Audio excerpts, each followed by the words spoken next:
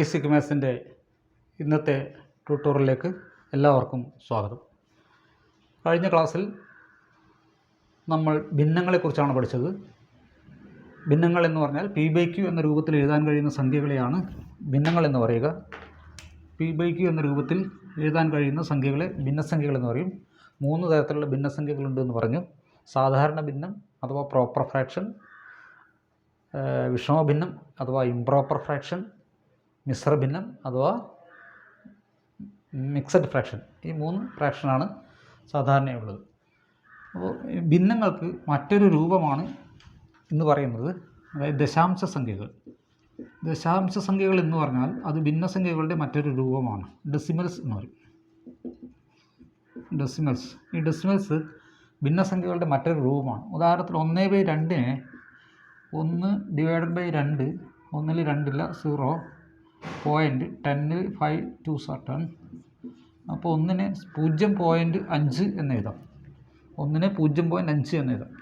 തിരിച്ച് 0.5നെ 5/10 എന്ന് എഴുതാം. ഒരു ദശാംശമാണെങ്കിൽ 5/10. 0.5നെ 5/10 എന്ന് എഴുതാം. 5/10നെ ലഘൂകരിച്ച് ചെയ്താൽ 5ൽ 1 5, 10ൽ 2 5, 1/2 എഴുതാം. 1/2നെ ഭിന്നസംഖ്യയെ ദശാംശ രൂപത്തിൽ എഴുതാം.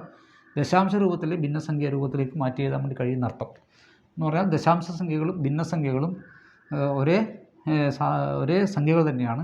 അവയെ ഒരു രൂപത്തിൽ നിന്ന് മറ്റൊരു രൂപത്തിലേക്ക് മാറ്റി എഴുതാൻ വേണ്ടി കഴിയുമെന്നാണ് ഈ പറഞ്ഞതിൻ്റെ അർത്ഥം. അതായത് ഭിന്നസംഖ്യകളെ ദശാംശ രൂപത്തിൽ എഴുതാം, ദശാംശ സംഖ്യകളെ ഭിന്നസംഖ്യ രൂപത്തിൽ എഴുതാം. ചില ഘട്ടങ്ങളിൽ ഇത് ചിലപ്പോൾ നമുക്ക് പ്രയാസം തോന്നിയേക്കാം. ഇപ്പോൾ 1/3നെ ഭിന്നസംഖ്യയാക്കാൻ വേണ്ടി ദശാംശ സംഖ്യയാക്കാൻ പറഞ്ഞാൽ 1 ഹരിക്കണം 3 0.10ൽ 3 3 9, ബാക്കിയൊന്ന് 10ൽ 3 3 9, ബാക്കിയൊന്ന് 10ൽ 3 3 9. അപ്പോൾ ഇതിങ്ങനെ ആവർത്തിച്ച് പോകുന്നത് കാണാം. അപ്പോൾ 1/3 0.33333 ഇങ്ങനെ ആവർത്തിച്ച് പോകുന്നതാണ്. അപ്പോൾ 1/3ന് തുല്യമായിട്ടുള്ള ദശാംശ സംഖ്യ ഏതെന്ന് ചോദിച്ചു കഴിഞ്ഞാൽ 0.333 എന്ന് പറയും. അപ്പോൾ ഇതിനെ തിരിച്ചിങ്ങോട്ടേക്കാക്കാൻ ചിലപ്പോൾ നമുക്ക് ചെറിയൊരു ബുദ്ധിമുട്ട് തോന്നും. അത്തരം സന്ദർഭത്തിൽ ചില ഗണിത ക്രിയകളാണ് നമ്മൾ ഉപയോഗിക്കുന്നത്. അപ്പോൾ x സമം 0.333 എന്ന് എഴുതും ആദ്യം. എന്നിട്ട് ഈ x ഒരു ദശാംശം ആവർത്തിക്കുമ്പോൾ ഈ xനെ 10 കൊണ്ട് ഗുണിക്കണം. 10x. xനെ 10 കൊണ്ട് ഗുണിച്ചാൽ 10x. ഇപ്പോൾ 0.333നെ 10 കൊണ്ട് ഗുണിച്ചാൽ ഈ ദശാംശം ഒരു സ്റ്റെപ്പ് വലത്തോട്ടേക്ക് പോയി 3.3333 ഇങ്ങനെ വരും. ഇത് ദശാംശ സംഖ്യകളുടെ ഗുണനം എന്നുള്ളത് അടുത്ത ക്ലാസ്സിൽ നമ്മൾ വീണ്ടും പഠിക്കുന്നതാണ്. ക്രിയകളുടെ പഠനത്തിൻ്റെ ഘട്ടത്തിൽ ഈ ദശാംശ സംഖ്യകളുടെ ഗുണനത്തെക്കുറിച്ച് പഠിക്കാം. അപ്പോൾ ഇങ്ങനെ എഴുതിയതിന് ശേഷം ഈ 10x നിന്ന് x കുറച്ചാൽ 9x വരും. താഴത്തെ നിന്ന് മുകളിലത്തെ ഓർക്കുന്നു. 3 0 കുറച്ചാൽ 3 വന്നു. ബാക്കിയെല്ലാം 0.00 വരും. അപ്പോൾ 9x സമം 3 വരും. x സമം 3/9 എന്ന് വരും. അത് ലഘൂകരിച്ചാൽ 1/3 എന്ന് കിട്ടും. അപ്പോൾ എക്സിൻ്റെ വില 1/3 ആണ്. അപ്പോൾ 0.333നെ 1/3 ഭിന്നസംഖ്യയാക്കിയിട്ട് മാറ്റാൻ വേണ്ടി നമുക്ക് കഴിയും. ആവർത്തിക്കുന്ന ദശാംശ സംഖ്യകളാണ് അതിനെയും ഭിന്നസംഖ്യ രൂപത്തിൽ എഴുതാൻ വേണ്ടി കഴിയുമെന്നാണ് ഈ പറഞ്ഞതിൻ്റെ അർത്ഥം. എന്ന് പറഞ്ഞാൽ ഏതൊരു ഭിന്നസംഖ്യക്കും ദശാംശ രൂപമുണ്ട്, ദശാംശ സംഖ്യക്ക് ഭിന്നസംഖ്യ രൂപമുണ്ട്. ദശാംശ സംഖ്യയും ഭിന്നസംഖ്യകളും ഒന്നിൻ്റെ മറ്റൊരു രൂപമാണ്. ഇത് രണ്ടും ഒരേ സംഖ്യ തന്നെയാണ്. അങ്ങോട്ടും ഇങ്ങോട്ടേക്ക് നമുക്ക് മാറ്റി എഴുതാൻ വേണ്ടി കഴിയും. അപ്പോൾ ഇതാണ് ദശാംശ സംഖ്യകളെക്കുറിച്ചിട്ട് കാര്യം. ഇനി അടുത്ത സംഖ്യകൾ നമ്മൾ പഠിക്കുന്നത് ഭിന്നകങ്ങളാണ്. ഭിന്നസംഖ്യകൾ കഴിഞ്ഞാൽ ഭിന്നകങ്ങൾ. എന്താ ഭിന്നകങ്ങൾ എന്ന് പറഞ്ഞാൽ ഭിന്നകങ്ങൾ എന്ന സംഖ്യക്ക് P/Q എന്ന രൂപത്തിൽ എഴുതാൻ കഴിയുന്ന എല്ലാ സംഖ്യകളെയും ഭിന്നസംഖ്യ ആക്കിയിട്ട് മാറ്റാൻ കഴിയുന്ന എല്ലാ സംഖ്യകളെയും ഭിന്നകങ്ങളെന്ന് പറയും. ഭിന്നസംഖ്യയാക്കി മാറ്റാൻ കഴിയുന്ന എല്ലാ സംഖ്യകളെയും നമ്മൾ ഭിന്നകങ്ങൾ എന്നാണ് പറയുക. ഭിന്നകങ്ങൾക്ക് ഇംഗ്ലീഷിൽ റാഷണൽ നമ്പേഴ്സ് എന്ന് പറയും. റാഷണൽ നമ്പർ എന്ന് പറയുക.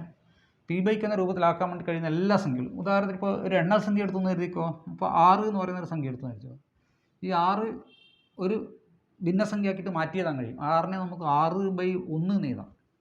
6/1 = 6 ആണ്. അപ്പോൾ 6 എന്ന് പറയുന്ന സംഖ്യ 6/1 എന്ന് എഴുതാൻ കഴിയുന്നുണ്ട്. 6 ഒരു ഭിന്നകമാണ്. 6 എന്ന് പറയുന്ന ഒരു സംഖ്യ ഭിന്നകമാണ്. 1/2 ഇത് ഭിന്നസംഖ്യ തന്നെയാണ്. അപ്പോൾ 1/2 ഒരു ഭിന്നകമാണ്. 4/5 ഒരു ഭിന്നകമാണ്. 8നെ നമുക്ക് 8/1 എന്ന് എഴുതാം. 8/1 ഒരു ഭിന്നകമാണ്.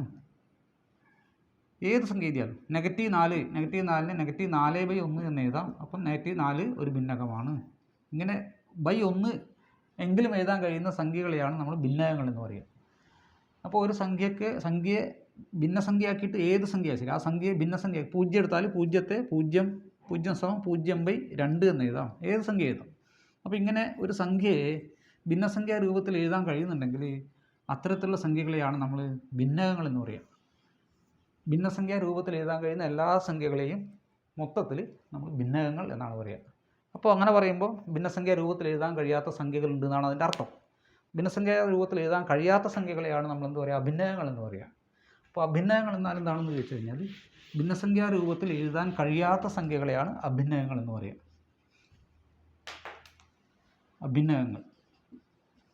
അഭിന്നകങ്ങൾ ഭിന്നസംഖ്യാ രൂപത്തിൽ എഴുതാൻ കഴിയാത്ത സംഖ്യകൾ, അതിന് ഇറേഷണൽ നമ്പർ എന്നാണ് പറയുക. Irrational number. അപ്പോൾ അത് ഏത് തരത്തിലുള്ള സംഖ്യകളാണ്? ഇപ്പോൾ √2 എന്ന് പറയുന്നൊരു സംഖ്യ എടുത്തു എന്ന് കരുതുക. 2ൻ്റെ സ്ക്വയർ റൂട്ട്.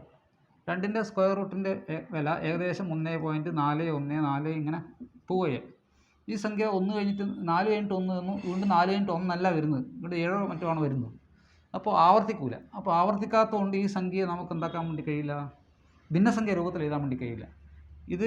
ഈ സംഖ്യകൾ ഇങ്ങനെ തുടർന്ന് പോകുന്നതാണ്. ഇപ്പോൾ √2ൻ്റെ വില എത്രയാണെന്ന് ചോദിച്ചു കഴിഞ്ഞാൽ ലക്ഷക്കണക്കിന് സ്ഥാനത്തേക്ക് നമുക്ക് എഴുതാൻ വേണ്ടി കഴിയും. അതിൻ്റെ ഹരണക്രിയ രീതിയിൽ അതിൻ്റെ വില കണ്ടുപിടിച്ച് കഴിഞ്ഞാൽ ഈ സംഖ്യ ഒരിക്കലും അവസാനിക്കില്ല. ഇതൊന്ന് അവസാനിച്ച് കഴിഞ്ഞാൽ മാത്രമേ നമുക്കതിനെ ഡിവൈഡഡ് ബൈ 1 പോലും എഴുതാൻ വേണ്ടി പറ്റുള്ളൂ.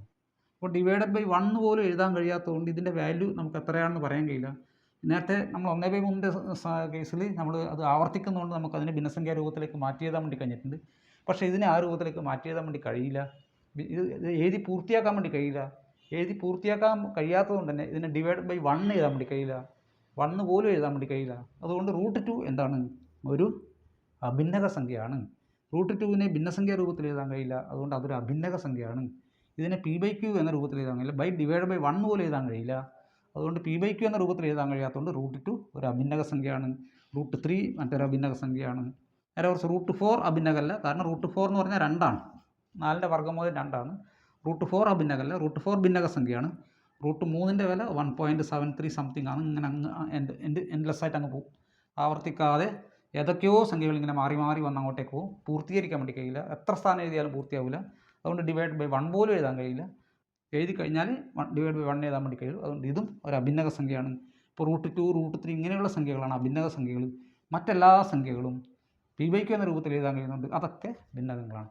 ഇപ്പോൾ പ്രധാനമായി ഇപ്പോൾ നമ്മൾ പറഞ്ഞ സംഖ്യകൾ മൊത്തത്തിൽ ചുരുക്കി പറഞ്ഞാൽ 2 തരത്തിലുള്ള സംഖ്യകളാണ്. ഒന്ന് ഭിന്നകങ്ങൾ, മറ്റൊന്ന് അഭിന്നകങ്ങൾ. എണ്ണൽ സംഖ്യകളും പൂർണ്ണസംഖ്യകളും എല്ലാം ഭിന്നകത്തിൻ്റെ കൂട്ടത്തിൽ വന്നു. √2, √3 പോലുള്ള സംഖ്യകൾ അഭിന്നകത്തിൻ്റെ കൂട്ടത്തിൽ വന്നു. ഈ രീതിയിൽ 2 രീതിയിൽ നമുക്ക് സംഖ്യകളെ മൊത്തത്തിൽ ചുരുക്കി എഴുതാം. മറ്റു കൂടുതൽ സംഖ്യകളെക്കുറിച്ച് നമുക്ക് അടുത്ത ക്ലാസ്സിൽ പഠിക്കാം.